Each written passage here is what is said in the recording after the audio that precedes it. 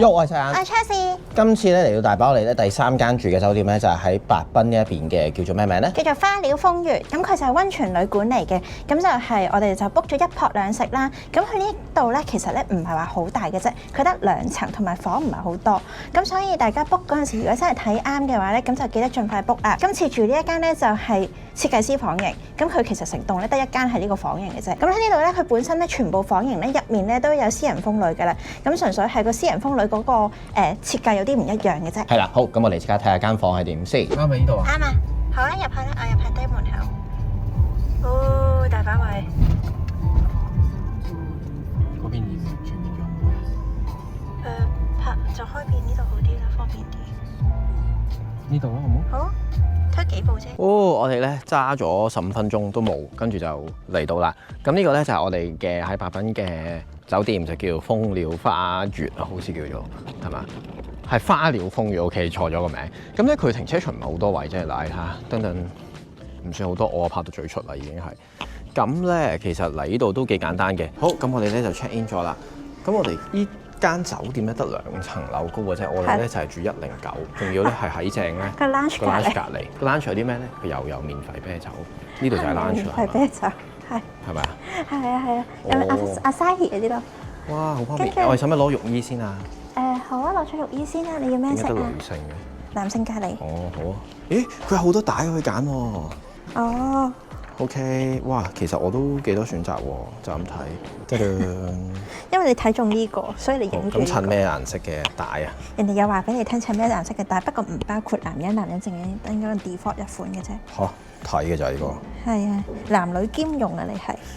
我咧就喺呢度咯。都揸頭髮嘅喎。可以有免費嘅噃，咁我要一個藍色襯我而家咧。你揀一個。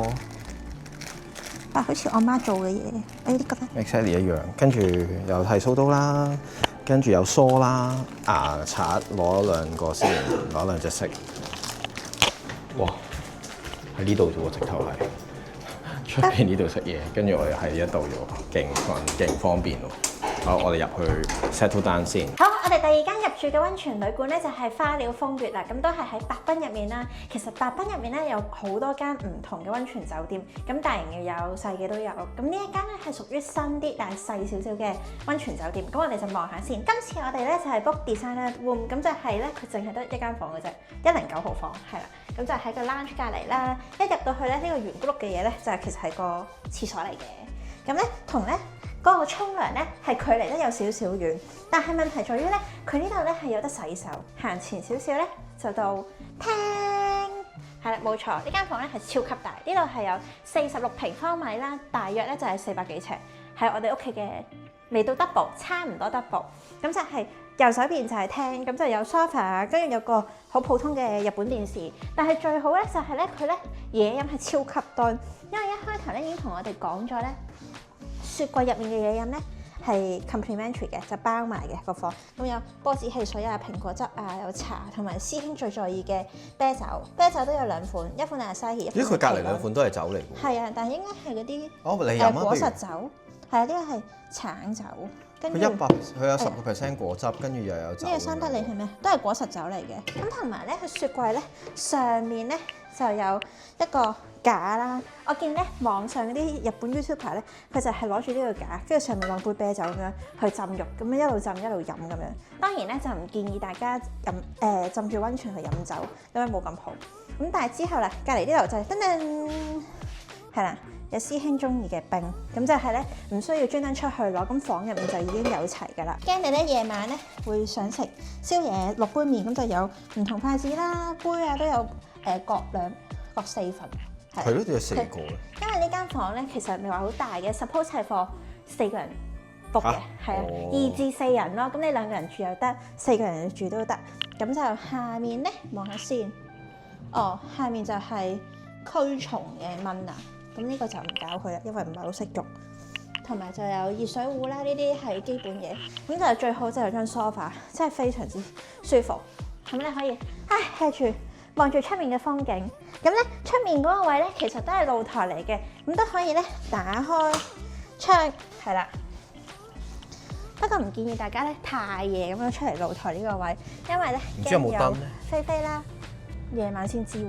咁但係咧就可以咧俯瞰白濱呢個風景幾唔錯。雖然我哋住一樓，但係因為呢個 area 咧高咗出嚟，咁所以就都係風景幾靚。不過咧要小心喎，你睇下呢個露台咧，佢中間呢度冇 block 嘅，咁咧你會即係唔好行得太前咯。可能你想影相嘅擺個腳咧都好夠位嘅，都夠嘅，好闊落嘅。唔好話行太前嚟，因為真係會跌落去嘅，佢斜坡嚟㗎呢個位係啦，但係好靚得啦。雖然唔係海景，但係都好舒服。都有海景㗎啦，叫做都望到㗎啦嗱，覺得望到海景㗎啦。咁佢都有蚊網嘅，咁如果大家係想有新鮮空氣嘅話咧，你就可以閂蚊網呢個位啦。但係如果係就咁想嘆冷氣嘅話咧，就閂晒成個門就可以啦。頭先咪話呢間房咧係放2至4人瞓嘅，咁其實咧佢呢個咧都係雙床房嚟嘅，但係佢個床咧同我哋住喺大阪個雙床房好唔一樣。嗰度咧係 exactly 2張單人床，呢個咧係4尺床嚟嘅，咁就分2張咁樣，咁就可以我哋一邊係擺嘢，一邊係瞓覺，或者可以一人瞓1張都冇問題。上次我嗰間咧大部分嘢都好滿意，唯獨是嗰個浴室咧，我都真係太失望，我都唔係好敢喺嗰度沖涼。係，但係呢個咧就唔同啦，呢個係好 proper 嘅廁所嚟嘅，係。咁首先呢個化妝間啦，都好個鏡都好大啦，跟住之後咧，佢呢度隔離咧都係有貼明溫泉分析書，咁就係證明嗰個泉水喺邊度嚟啊。因為之前咧，我覺得係因為之前咧有個大嘅溫泉連鎖酒店咧，原來咧佢嗰啲唔係溫泉水，佢係普通嘅水，跟住開咗唔知乜嘢落去，所以聞落似溫泉水。咁所以而家就大部分都有 set 㗎，跟住護膚品都唔使帶，都係有雪肌精系列呢一個，咁就呢個係乳液，係啦，跟住就有 lotion 啦，同埋有，哇冇啊，哇有 cleansing oil 啊，佢有啲油，留意翻咧，我而家係植咗眼睫毛嘅，咁所以咧我就唔會用 cleansing oil，唔可以用油性嘅產品，但係師兄就可以用啦。之後到我最滿意嘅位就係私人風呂。非常之好，佢呢個桶咧係超級大，同埋咧你喺間房咧其實聞到少少臭臭嘅硫磺味，咁就係溫泉水。咁你水溫咧佢咧係default 咗嘅，係啦。咁所以你就可以咧怕熱嘅朋友咧就可以再較凍水去調一調溫度啦。咁就呢個可以浸1至2個人都得嘅，係啦。你可以一齊浸或者分開浸，咁咧都係可以一路浸一路打開窗同望住個風景。咁所以咧變咗而家就係 kind of 半露天風呂。頭先咧小姐講過呢個電視咧係普通電視咧，佢真係嘅，因為佢係 Toshiba 嘅一個電視嚟嘅。我見到嘅時候我已經有啲失望，因為好少佢哋係好少 Smart TV 嘅，咁啊真係啦，同埋你睇下就係超級普通啦。咁即係佢冇 Netflix 啊嗰啲咁嘅嘢啦。咁酒咧，我哋雪櫃入邊咪有少少酒嘅。咁我都諗緊點解佢要咁俾咁多啤酒我哋咧？佢本身有3啤可以飲嘅。原來咧佢個3啤咧就唔同我哋之前喺那次盛鋪嗰一間咧咁長時間嘅，而係咧3點鐘至到6點鐘呢個時間嘅啫。咁如果你太遲 check in 咧，咁啊冇啦。好似我哋而家5點鐘入到嚟咧就仲有。咁咧就有部嘅3啤機咧，陣間再影俾大家睇。咁啊擺落去，咁啊有呢個杯啦，咁啊斟一杯出嚟嘅。咁咪應該差唔多都有500 ml 噶啦，呢個其實老實講。同埋咧，如果你係派一個代表咧去斟酒嘅話咧，其實你可以攞呢個架，咁你可以輕輕鬆鬆攞到2杯酒翻嚟。係啦。同埋呢間酒店咧，好明顯係鼓勵你咧留喺房度休息。你睇下個 setting 非常之好。非常之好。咁咧 lounge 喺邊度咧 ？lounge 咧就喺我哋間房嘅出邊啫。咁我哋出去望一望。如果你係住翻我哋間房咧，就好近個 lounge，因為我哋係住109，109喺邊咧？就喺呢度啫。你一行出嚟咧。一行出嚟就已經係 lunch 嘅位，咁 lunch 度有咩咧？咁啊有無限嘅雪條啦，跟住有啲糖果啦呢啲啦，跟住就有茶啊咁樣啦，同埋有咖啡機。咁呢一度咧就係個大門啦，大門入到嚟你已經覺得哇好舒服咁樣啦。咁2樓咧呢度有電梯或者有樓梯咧係可以直接上去嘅，不過我哋就冇住2樓啦，因為我哋個間房喺2樓就冇嘅。咁咧喺呢一邊咧就係一個蘇瞓區嚟嘅，蘇瞓區咧就我覺得比那智勝鋪嗰間咧係仲多嘢賣嘅。咁啊啲嘢 proper 啲啦，同埋佢有啲杯咁樣咯，係我哋最中意買嘅一啲杯。你睇下呢啲杯，嗱佢就貼晒價錢嘅，藍色呢一個咧200 yen，我有冇睇錯啊？係喎200 yen。200 yen？ 好似會200 yen？ 又賣杯杯碟碟啊！我哋吓？其實我冇諗過咁平喎，但係200 yen 啫喎。哇！真係喎，跟住咧佢有隻幾靚嘅杯，我先睇咗啦，已經就係呢個。呢個100 yen。呢個100 yen？係啊，粉紅色點100 yen 嚟嘅。吓？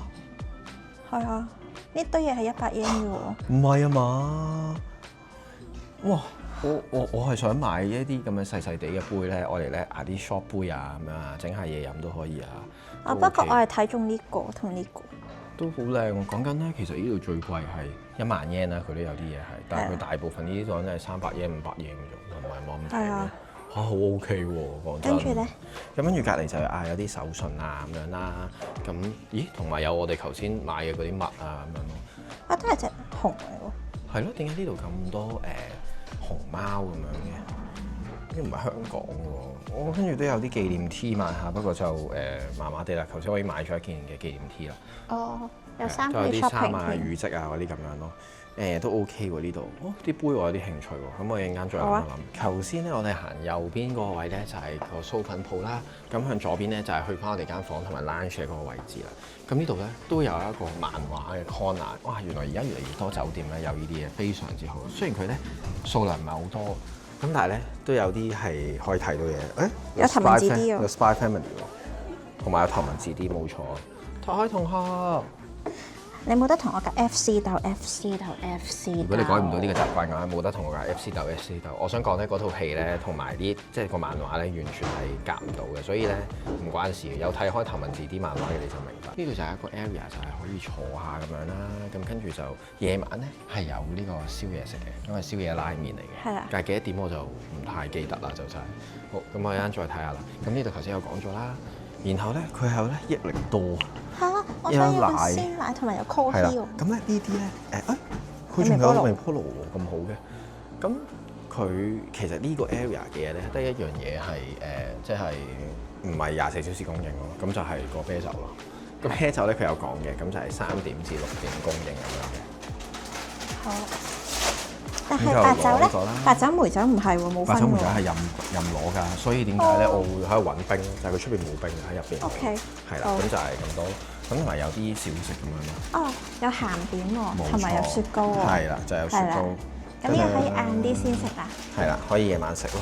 咁啊就係咁啦。咁跟住我哋行翻房都好簡單啦。攞完杯啤酒咧，我哋行翻嚟間房喺邊度咧？間房就係呢一度。好串啊你！你知唔知我哋嗰日啊，嗰間即係我哋咧那智勝浦嗰度咧，去攞啤酒翻去咧，係一個好遠嘅距離。所以咧，點解會咁多人坐咗喺出邊？你睇下，其實頭先出邊咧係得一台人嘅啫，其他全部都係翻晒房喎。同埋大家咧呢度咧係冇大眾浴場，佢係全部都係私人風呂嘅。咁所以咧，好多人咧都會留咗喺佢哋自己間房嗰度咯。咁整體嚟講，呢間酒店咧入到嚟咧非常非常之舒服。食飯咧同埋食早餐同埋食晚餐咧，佢個時間都有定嘅。咁你入嚟嘅時候就會你要講翻啦。咁我哋有得揀咧，就係5點半、6點同埋6點半嘅。咁我哋就揀咗最遲嘅6點半，因為我哋咧就比較遲嚟。咁食飯喺邊度咧？一陣間再同大家去。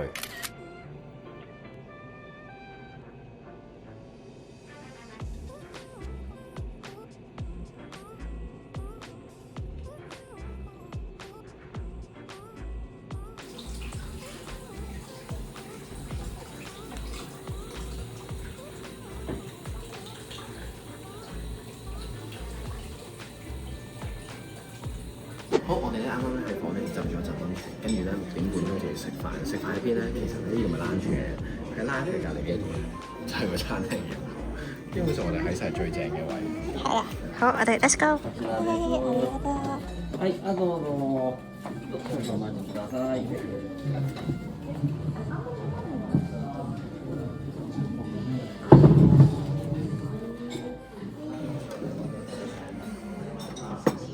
好，我哋啱啱咧就食完飯啦。咁其實咧，佢晚餐咧分3個 session 啦，有5點半、6點同埋6點半。咁我哋晏啦，所以就食咗最晏嘅 session 啦。咁但係咧，我會覺得咧，如果你係早啲入嚟住嘅話咧，其實揀咧6點鐘嘅 session 咧係會好啲啲，因為我哋6點半嗰陣時咧係會食得有啲急嘅。一坐低嘅時候咧，基本上佢已經所有嘢已經 set 好咗俾你㗎啦。咁咧就會有個前菜係一個盒嚟嘅，就3層高嘅。咁第一層咧佢就係花嚟嘅，咁嗰個就係唔食得嘅。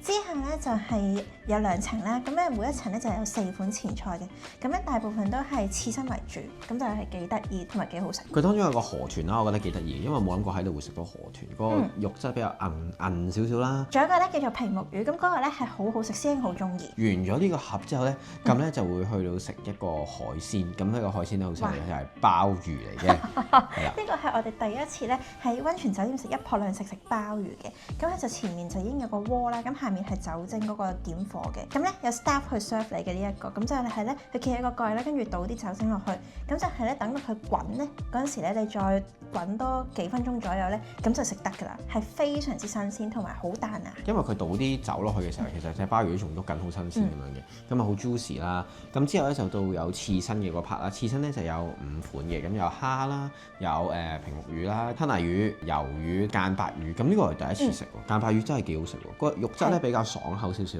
咁咧唔係好軟綿好 soft 嘅，咁我覺得都唔錯。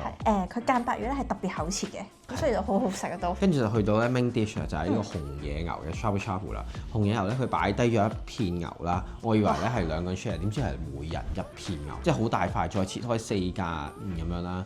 哇！嗰塊牛咧係好厚身嘅，哇好厚，冇諗過會切到咁厚。因為平時我哋食 shabu shabu 咧，基本上就會買薄少少嘅肉嘅，咁佢就會可以點柚子醋又得啦，同埋咧可以揀芝麻醬嘅，咁咧佢 serve 你嗰時就會問你嘅啦。我覺得咧柚子咧係會夾啲，因為佢嗰個紅野牛咧佢咧就比較重油花啲，咁所以如果配柚子嗰個汁嘅話咧，咁就會好啲 balance 啲。如果配芝麻醬嘅話咧，就有啲 heavy 啦。咁之後咧佢就會有個飯，然之後就有個嘅炸蝦啦。咁佢有問你要唔要一齊上嘅，咁可能因為我哋都係比較遲開始食，咁所以佢就嗌一次，咁我哋就叫佢一次過上埋咁樣啦。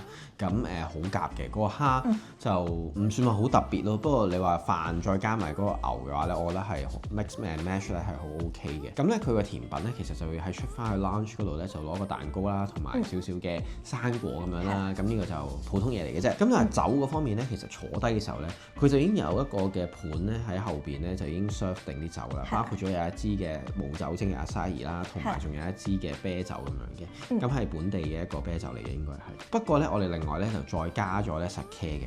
哇！咁實際佢嗰個斟法咧有啲特別，因為咧我見佢 menu 其實咧係話全部都係300ml咁樣，咁但係咧我以為300ml佢係細支咁樣上俾我哋啦，跟住就俾2個杯你，但係原來佢唔係嘅，佢係咧都係下面有個盒，跟住再加一個好高身嘅 sake 杯，咁跟住咧就倒滿晒，佢滿嘅程度咧係除咗個杯滿之外咧，下面嗰個兜兜裝住咧都係滿瀉嘅。係啦，咁呢個咧就叫升酒啦。咁佢嘅意思咧係咧，你倒啲酒落去，然之後倒滿晒咧，就代表咧佢對你咧係 serve 得好有禮貌咁解咁樣咯。咁所以其實你跌咗落去嗰個兜下邊嗰啲咧，其實你係可以飲翻嘅。首先你就飲咗中間嗰個杯嗰啲酒先啦，然後剩低嘅嗰兜嗰啲咧，一係倒埋落個杯度，或者直接喺個兜度飲咁樣。不過通常咧都係倒翻落隻杯度嗰度咁樣咯。佢咁樣咧，佢寫到明咧就300ml咁樣。因為一開頭300ml我哋以為咧係1壺咁樣啦，點知原來佢係咁樣上，我都覺得幾得意咁樣。咁所以我哋就每日嗌咗一杯咁樣咯。咁就1000零yen啫，又唔係話真係好貴，所以我覺得係幾值得嘅。咁所以佢今次個晚餐咧，講真真係幾鬼好食。係，同埋好豐富。我覺得最出色就係個鮑魚，個鮑魚非常之生猛。係啦，咁咧之後咧，佢仲有一個嘅宵夜嘅拉麵啦。咁佢拉麵咧係要自己整嘅，咁佢已經擺晒啲麵餅同埋一啲嘅配菜喺度，有蛋啊、葱啊之類嗰啲咁樣啦。咁係自己淥咁樣嘅啫。咁我覺得OK 啊，幾得意咁樣，第一次體驗呢樣嘢。咁係8點至10點嘅。咁10點之後，其實佢冇收翻啲嘢嘅。總之佢有咁多麵餅就係咁多咁樣。就係因為有宵夜時段，所以我覺得咧係更加要食得早少少。因為我哋頭先咧食飯食6點半啦，跟住食到8點半左右，跟住都其實好飽下。尤其是因為食咗紅野牛個 shabu shabu，咁所以如果你提早少少食飯嘅話咧，咁你就個胃咧有多啲空間咧走去食個宵夜啦。因為佢宵夜咧除咗個拉麵之外咧，仲有雪條，我哋未食雪條。咁我哋諗住再浸完個溫泉先，因為我哋咧食飯前已經浸咗一次溫泉㗎啦。私人風呂嘅好處就係咧，你中意幾點浸都可以，因為呢一度咧係似翻一啲正常我哋去開嘅溫泉酒店，就係咧出邊咧頭先咧我哋出去食拉麵嘅時候係冇人嘅，基本上咁啊比較靜少少啦。好彩我哋呢度咧就比較近個 lunch，咁就 OK 啲咯。咁今日咧我哋就會喺呢間酒店嗰度 check out 啦。咁咧呢間酒店嘅 check out 時間咧就係11點鐘嘅。咁今朝早咧我哋就喺酒店嗰度食咗早餐啦。咁咧佢有得揀嘅時間，咁我哋咧中意咧就食得早少少，因為食完得早少少之後咧，咁你就可以食完就再翻房房瞌一瞌，跟住再浸一浸私人風呂，跟住先至 check out。佢個早餐咧就唔係 buffet style 嚟嘅，咁佢就係日式嘅早餐嚟嘅，咁就係有啲都係前菜啊、小點啊，跟住同埋咧就係有師兄最中意嘅白飯。另外咧佢仲有個鍋咁樣咧，但係個鍋咧尋日咧就係愛嚟整鮑魚，咁今日咧就係愛嚟燒三文魚、肉子同埋有啲菜咁樣。咁大家食都要準時啦。咁佢有幾個時間揀，應該係我印象係7點、7點半、8點同埋8點半啊，好似係。咁講翻呢間酒店先，呢間酒店咧，我覺得係都幾滿意嘅，因為咧入到嚟咧其實勁舒服、好靜啦，嗰個 area 又好好啦。咁我哋嗰間房咧其實係全間酒店得一間係呢一個房型嘅啫，咁都幾大幾 OK 嘅。咁個私人風呂咧其實浸落去咧好舒服，同埋今朝咧陽光好嘅時候望翻出去呢嗰個景係勁靚，可以望到出邊啦。咁整體嚟講住都住得幾舒服，出邊有嘅嘢又好 OK 啦，譬如啲雪條啊、茶啊，同埋嗰啲白酒啲，其實你係全晚你都可以攞嚟飲嘅，都好寧靜。我哋其實咧琴晚咧出去再攞啲雪條嘅時候咧都冇人喎已經，因為個個都已經瞓緊覺啊，或者浸溫泉咁樣咯。咁呢間房咁舒服係幾多錢咧？咁就係6萬 yen 嘅一晚，咁就係包2餐。因為咧我哋今次住係禮拜5入住啦，跟住禮拜6 check out，咁所以房價就會貴少少嘅。咁如果係大家平日嚟嘅話咧，咁就應該會係平啲啲，咁都幾抵。因為佢晚餐尋晚都好豐富啦，早餐又好豐富。老實講，你過到嚟白濱嘅話咧，我都好建議大家住溫泉旅館咧，就最好揀間嘢食好食啲嘅，係啦，因為附近咧就真係冇乜餐廳可以選擇。咁所以你 book 嗰陣時咧就記得揀晚餐啦。咁呢間酒店有冇啲咩唔好咧？都會有嘅，我覺得。咁咧佢其實咧幾應聲嘅，即係啲牆都幾薄啊。你會 feel 到咧人哋行路嘅時候就會聽啲嘣嘣嘣嘣聲啦，即係上下左。因為我哋好近 lunch 嘛嗰間房，咁所以咧你會聽到人行嚟行去啦。咁今朝咧會聽到人隔離講嘢添喎，直頭係。咁呢個就比較真係冇咁好。如果你係好醒瞓，好似我咁樣咧，咁就冇咁好咯，我覺得就。咁除此之外就個電視啦，電視就真係最普通嘅電視啦，同埋佢插頭就淨係得咧日本嘅2腳頭嘅啫，佢就冇完全冇 USB 頭俾你嘅。咁亦都冇拖板呢度，我都有揾過。咁所以呢樣就可能弱少少。如果你好多嘢要叉電，好似我咁樣啦，咁就自己準備得好啲啦。咁但係整體嚟講，呢間酒店我都係覺得非常之滿意嘅。你話揸車過嚟嘅話就好方便啦。咁你揸翻車落去都係落翻個斜路咁樣，咁啊可以出翻白濱市啊，去啦唔同嘅地方咁樣啦。咁所以呢間酒店咧係非常之推介。尤其是咧，你想帶長輩一齊嚟，因為咧呢度咧所有嘢咧都係 inclusive 嘅。譬如佢哋話想食小食啊、飲嘢啊、啲人風呂任浸啊，咁可以自便，咁就大家可以輕輕鬆鬆享受一晚溫泉旅館。